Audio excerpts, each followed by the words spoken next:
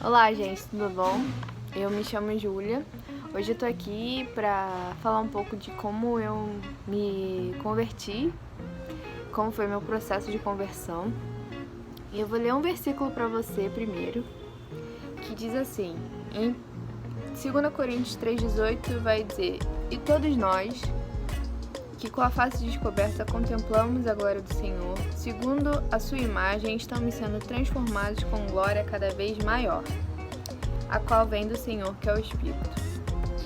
Eu entendo que o que eu vou contar aqui foi um processo. Eu não sou a mesma Júlia que tinha 6 anos. Hoje meu relacionamento com Deus é totalmente diferente, até de um ano atrás. E vocês vão entender que eu passei por muitos processos até chegar na Júlia que eu sou hoje. E eu acredito e creio e imploro que Deus ele me faça passar por muitos outros processos para que eu pareça cada vez mais com Cristo. Acho que esse é o nosso objetivo. O nosso objetivo é ter maturidade espiritual para que a gente não seja como criança levada por qualquer doutrina ou falso profeta ou, enfim, ideologias mundanas, mas que a gente esteja alicerçado na palavra de Deus. Então, com o contínuo relacionamento que a gente tem com Deus, a gente vai se tornando cada vez mais parecida com quem Ele é. Por quê? Porque quanto mais você tem relacionamento com alguém, mais você a conhece, mais você sabe o que ela gosta ou o que ela não gosta. Então, se a gente tem um relacionamento profundo com Deus, é disso que vai tratar a nossa vida. A gente vai conhecendo a Ele e vai tentando ser quem Ele foi. Nós temos o exemplo de Jesus na Bíblia, que é o nosso maior exemplo. Ele é o nosso Salvador, Ele é o nosso Senhor. E nosso objetivo é ser que nem Ele. Claro que nós não somos perfeitos, mas nós vamos errar muito, mas o nosso objetivo sempre vai ser chegar o mais perto de quem Ele foi. E então, depois dessa introdução longa, a minha caminhada com Deus começou com 6 anos de idade. Aproximadamente, eu não lembro, mas eu era muito pequena. Quando minha mãe se casou com meu pai, ela não era cristã. E eu tô falando da minha mãe porque ela foi fundamental pro meu relacionamento com Deus, porque é ela que começou a me levar pra igreja. E eu digo que isso eu vejo muito amor de Deus, As sementes que são plantadas nas nossas vidas, por meio dos nossos pais, dos nossos avós, elas frutificam. Minha avó, ela semeou na vida da minha mãe por meio de orações, porque nenhum pai quer ver seus filhos longe do caminho do Senhor. E eu creio que por meio das orações da minha avó, minha mãe, ela teve um encontro com Jesus. E ela começou a ir para a igreja, ela veio a se converter. Na época, meu pai, ele era da Umbanda. Quando eu era muito pequena, eu cheguei a ser oferecida, E era para eu ter uma vida totalmente diferente da que eu tenho hoje. Era para eu crescer nessa espécie de religião e adorar entidades, ídolos. E graças a Deus ele me tirou muito pequena, Minha mãe veio se converter e começou a me levar para a igreja e eu pude, ter um encontro com Jesus e começar o meu relacionamento com Cristo. Em 1 Coríntios diz, 1 Coríntios 1:27, mas Deus escolheu o que para o mundo é loucura para envergonhar os sábios, escolheu o que para o mundo é fraqueza para envergonhar o que é forte. Ele escolheu o que para o mundo é insignificante, desprezado, que nada é, para reduzir a nada o que é, a fim de que ninguém se vanglorie diante dele. É, porém, por iniciativa dele que vocês estão em Cristo Jesus, o qual se tornou sabedoria de Deus para nós, isto é, justiça, santidade e redenção, para que, como está escrito, quem se gloriar, glorie-se no Senhor. Esse versículo né? Esse texto fala muito ao meu coração, porque é para ser uma pessoa completamente, né, diferente do que eu sou, mas para a glória de Deus e pelo amor que Ele tem por mim, eu pude ter um encontro com Ele logo pequena. E eu não tenho nenhum dom especial, assim, eu não sou nenhuma pessoa incrível.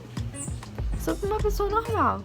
E assim como eu, você que tá me assistindo aí, se esse vídeo chegou a você e você não tem relacionamento com Deus, que Ele falhou seu coração. Porque se você não se acha capaz de ter um relacionamento com Deus, você é.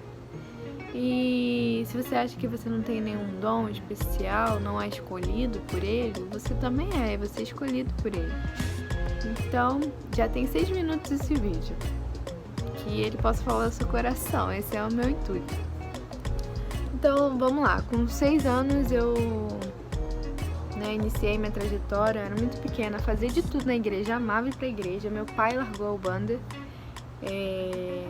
e aí todos aqui em casa começaram a frequentar a igreja e foi uma época muito legal da nossa vida, porque, nossa, era muito especial pra mim, poder crescer com Deus, era incrível.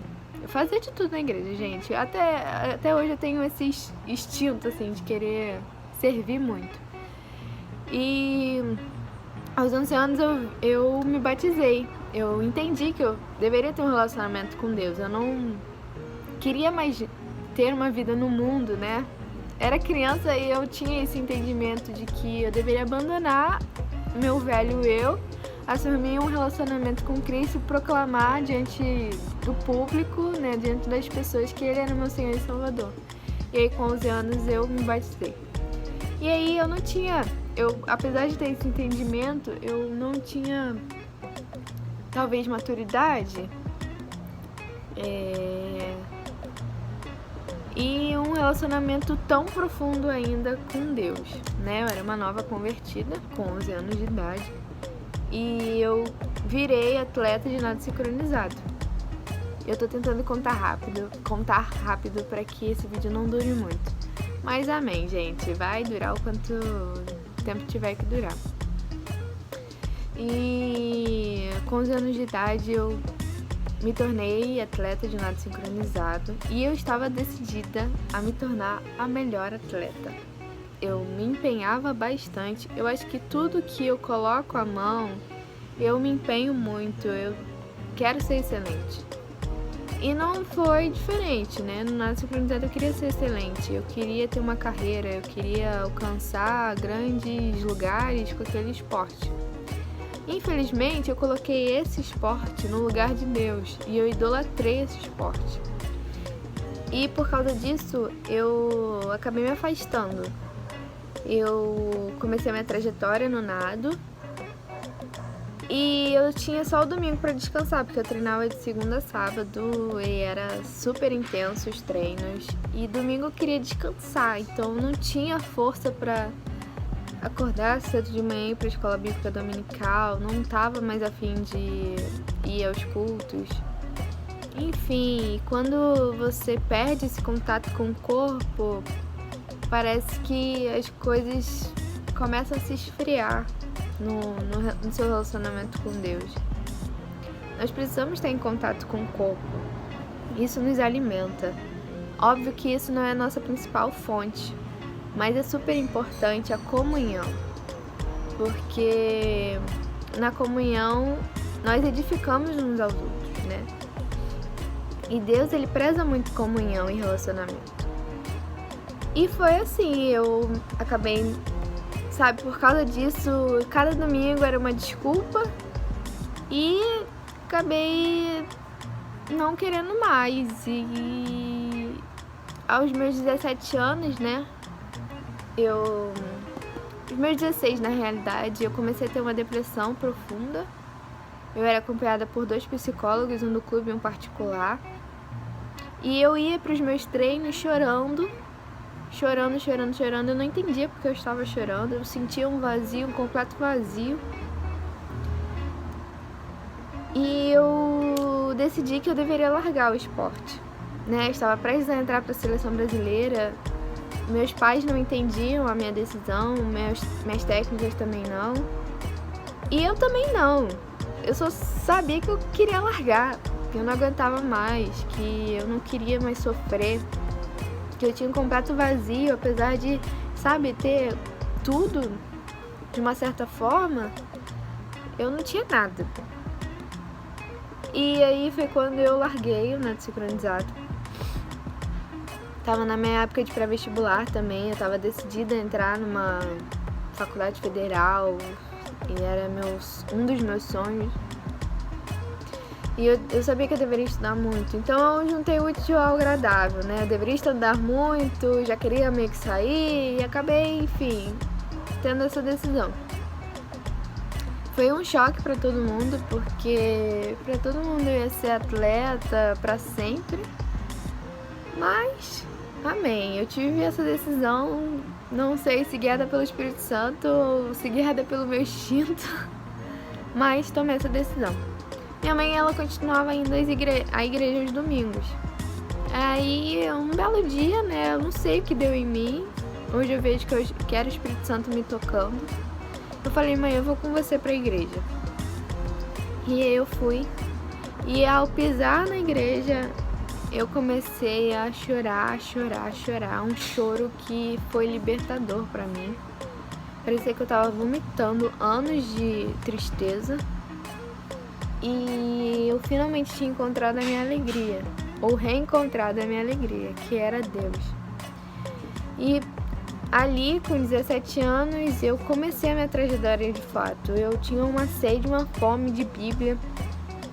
Eu queria compartilhar com os outros que eu estava iniciando esse relacionamento. Eu lembro que na minha escola tinha um amigo meu que ele era cristão. Essa igreja que minha mãe estava, a maioria das pessoas era uma igreja muito pequenininha. E só tinha adultos, só tinha, né, pessoas de mais idade. Não tinha gente da minha idade, jovens, não tinha. E esse meu amigo, ele tinha contato com uma igreja que tinha muitos jovens.